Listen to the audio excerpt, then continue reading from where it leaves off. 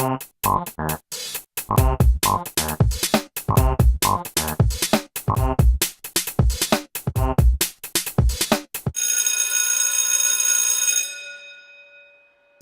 les amis, bienvenue dans ce nouveau numéro de École Appli. Aujourd'hui une application que ça fait un moment que je voulais vous en parler, qui est une application mais qui est aussi une fonction que n'a pas iOS 11, et que n'a pas l'iPhone tout simplement, qui pourrait être pas mal selon moi. Donc il y a des mecs qui ont fait une application pour ça. Ça s'appelle Focus Twist tout simplement. Pourquoi ? Parce que on peut twister le focus comme vous voyez. Donc c'est l'application qui est au milieu de ce dossier là avec les deux sapins jaunes. Vous l'aurez compris, il y a un sapin qui est un peu flou, un sapin qui est parfait. Donc c'est pas une émission qui va durer 2 heures honnêtement. Là franchement ça va durer 5 minutes.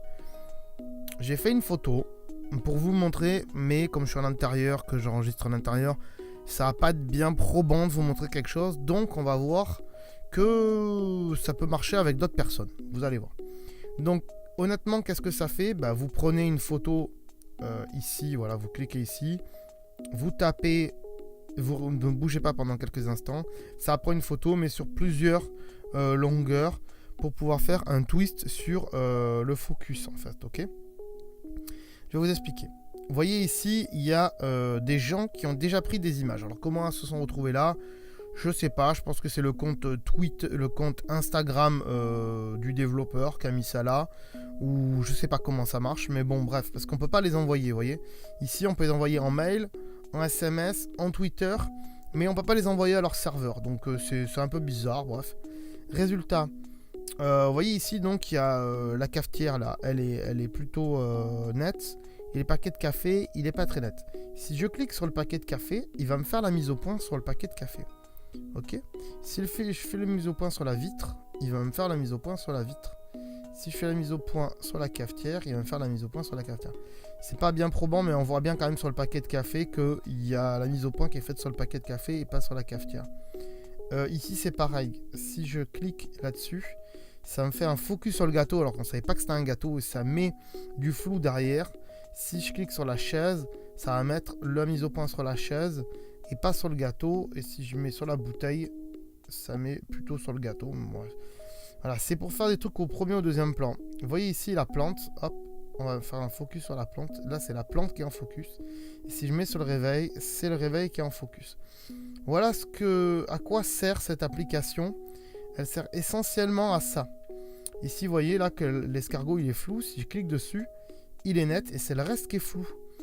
Voilà, donc c'est plutôt pas mal. Il y a des appareils photo spécifiques qui font ça. Apple l'a pas mis dans ses iPhones. C'est dommage parce qu'ils ont 2 lentilles maintenant sur les iPhone 10 et sur les iPhone Plus.